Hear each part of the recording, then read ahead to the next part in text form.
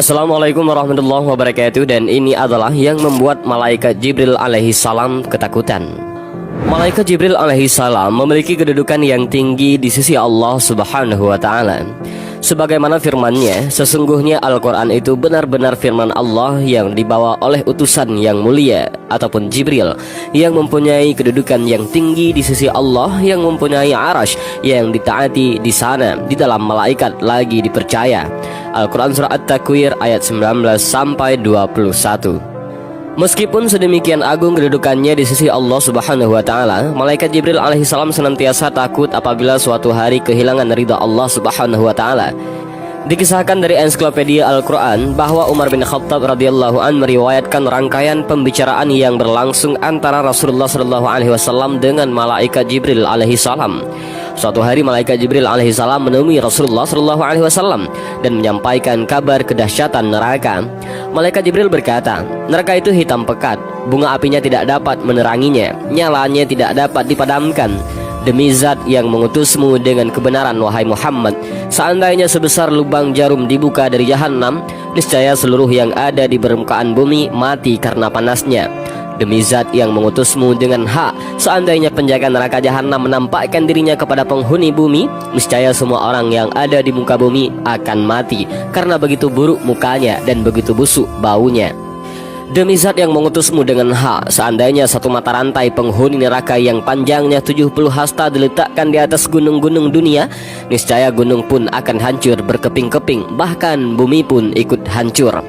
Rasulullah Shallallahu Alaihi Wasallam berkata kepada malaikat Jibril, cukup wahai Jibril, agar hatiku tidak gentar yang mengakibatkan kematianku.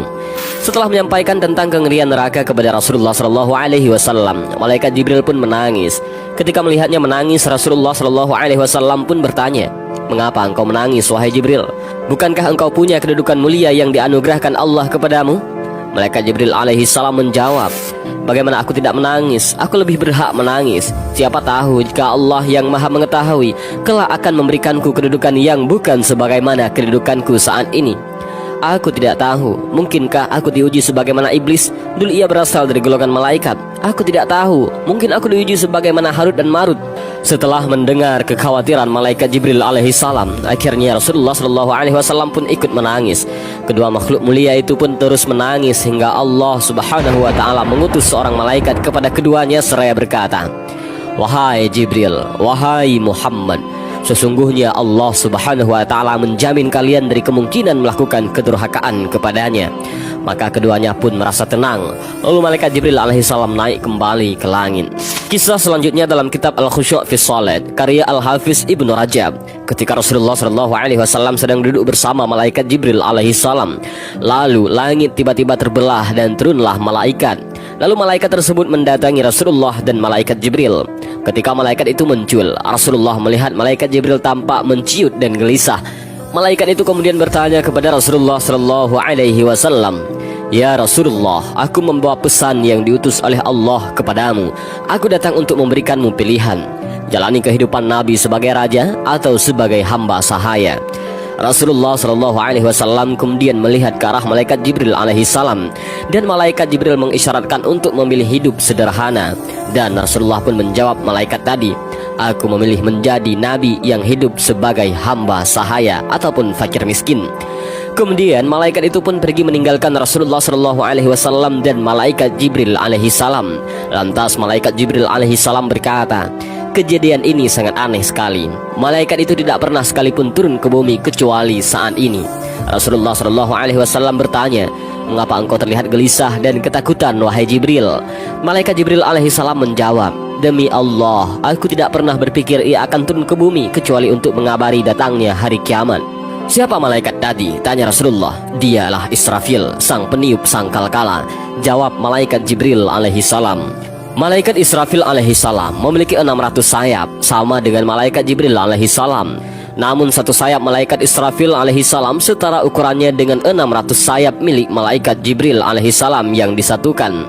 Sosok malaikat Israfil alaihi salam sangat takut kepada Allah, hingga ia melipat sayapnya yang besar dan luasnya ratusan kali lipat dari sayap malaikat Jibril alaihissalam, sehingga tampak menjadi sangat kecil.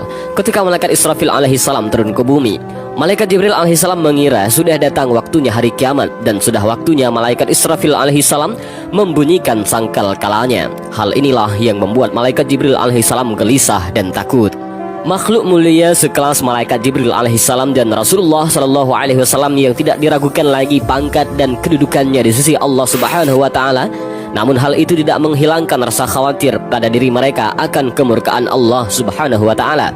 Mereka selalu tetap waspada terhadap murka Allah dan menganggap kemuliaan yang diberikan kepada mereka adalah ujian bagi mereka. Lantas, bagaimanakah kita sebagai manusia yang hina? Apakah kita masih berani bersikap angkuh dan sombong?